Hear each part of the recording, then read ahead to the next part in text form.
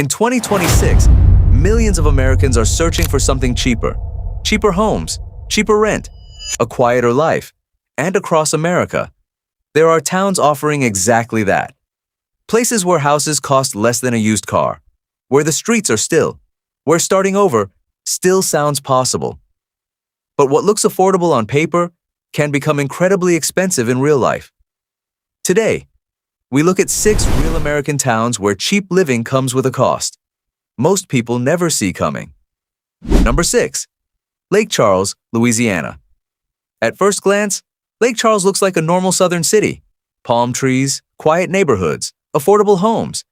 But since 2020, this city has been struck by multiple major hurricanes. Hurricane Laura alone, a Category 4 storm, caused an estimated $10 billion in damage.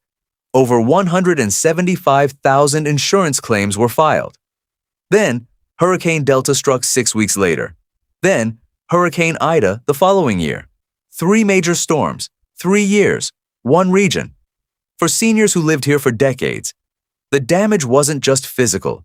It was the shattering of a belief that home meant permanence. Recovery has been slow and deeply uneven. After repeated disasters, insurance companies stopped writing policies in Louisiana entirely. Others tripled their premiums overnight. For elderly homeowners on fixed incomes, a home suddenly cost $10,000 a year just to keep insured. Many couldn't afford it. Many still can't.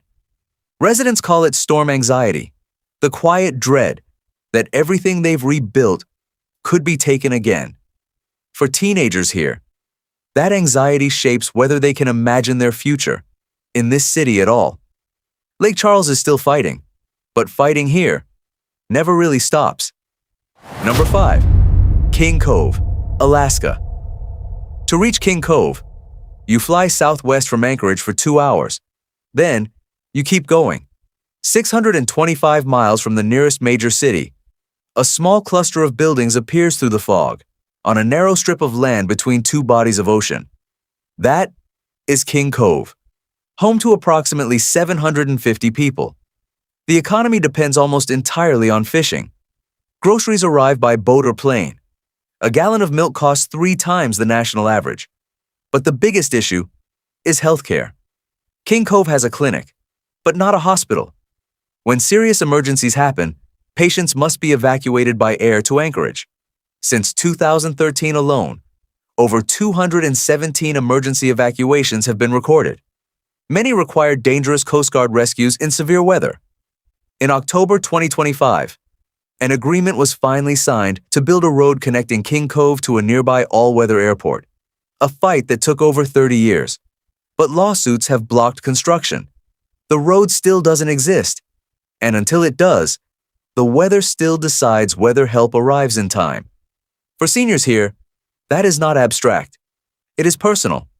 For teenagers, it becomes a painful calculation. Do I stay in the place I love, or do I leave before I need a hospital? Number 4. Hilldale, Utah. Hilldale looks beautiful.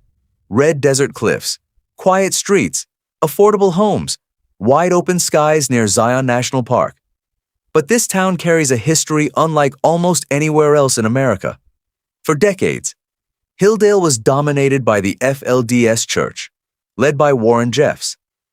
Under Jeffs, women and girls were forced into marriages, often as minors. Outsiders were not welcome.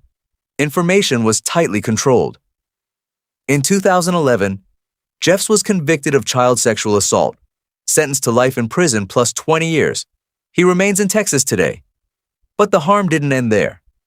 As recently as December 2024, another man connected to the same community was sentenced to 50 years in federal prison for crimes against underage girls. Yet Hilldale is genuinely changing. In early 2026, the town emerged from years of court-supervised oversight. It elected its first female mayor, a former FLDS member herself. For seniors, Hilldale is a sobering reminder that harm like this lasts far longer than people expect. For teenagers, it raises a harder question. What does a community look like when it has to rebuild its entire identity from scratch? Hilldale is trying to move forward, but its past follows quietly behind it. Number 3. North Tulsa, Oklahoma. Tulsa is, by many measures, a city moving forward. But drive north of the tracks that divide this city, and the story changes. On May 31st, 1921, a white mob invaded the Greenwood district, the heart of North Tulsa. What they destroyed was the most prosperous black community in America, known nationally as Black Wall Street. 35 blocks of homes, 190 businesses, schools, a hospital, all of it burned. Hundreds killed, thousands left homeless. The death toll deliberately undercounted for decades. The community was never fully rebuilt. Underfunded schools, aging infrastructure, wealth stolen in a single night, never restored. But 2025 brought something significant. Tulsa elected Monroe Nichols, its first black mayor, and on June 1st, 2025, Mayor Nichols unveiled the Greenwood Trust, a $105 million commitment to housing, economic development, and cultural preservation in North Tulsa. For seniors who are descendants of massacre survivors, that announcement carried weight difficult to put into words. For teenagers, the question is immediate. Will the promises become reality in their lifetime? North Tulsa has waited over a century. The work is finally beginning. Number 2. Niobrara, Nebraska. Population under 400. Quiet farmland. 2 rivers. A single road to the wider world. But Niobrara holds a distinction no other American town can claim. It has been physically relocated, not once, but twice. In 1881, Missouri River flooding buried the original town. Residents loaded their buildings onto wheels and moved everything uphill. The message was clear. We are not leaving. Nearly a century later, a rising water table from nearby dam construction flooded basements and farmland for years. 90% of residents voted to move again. The town relocated a second time, completed in 1977. Then, in 2019, the Missouri flooded again. Bridges swept away. Parts of the village leveled 3 times, 3 centuries. Still here. But today Niobrara faces a quieter threat. Young people are leaving. Fewer jobs, fewer businesses, fewer reasons to stay. For seniors, this is painful. They survived floods that would have ended most towns. They rebuilt twice. And now the threat isn't water, it's time. For teenagers, the question is deeply personal. Is staying an act of loyalty, or is leaving simply the only realistic choice? Number 1. Centralia, Pennsylvania. There are abandoned towns in America, and then there is Centralia, a town that isn't just abandoned, a town that is still burning. In May 1962, a landfill fire ignited an unsealed coal mine shaft underground. The fire spread into abandoned coal seams beneath the town, and it has been burning ever since. By the late 1970s, carbon monoxide was seeping into homes. A gas station owner found his underground fuel tanks at 172 degrees. A 12-year-old nearly fell into a sinkhole that opened in his own backyard.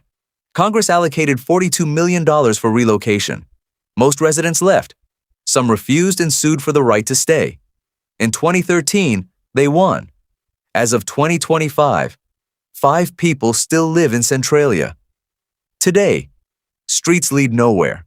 Sidewalks border empty lots. Steam rises from cracks in the earth. The fire burns 300 feet underground, covers 3,700 acres. Scientists say it could burn for another 250 years. For seniors who watch this town vanish slowly, it is proof of something unsettling, that a community can disappear, completely, not in one moment, but slowly, year after year, until all that remains is a grid of empty roads, leading to grass. Cheap living still exists in America. For seniors on fixed incomes, or teenagers searching for a foothold, an affordable town can still be a lifeline. But these towns ask a harder question. What is the true cost of the cheapest option? Is it storm anxiety that never leaves? A medical emergency with no road out? A history of harm still healing after a century? A community fading one empty storefront at a time? Or the ground beneath your street, silently on fire? Affordability matters. But so does the full story of a place. Before you move somewhere for the price, learn what that price has already cost. The people who live there,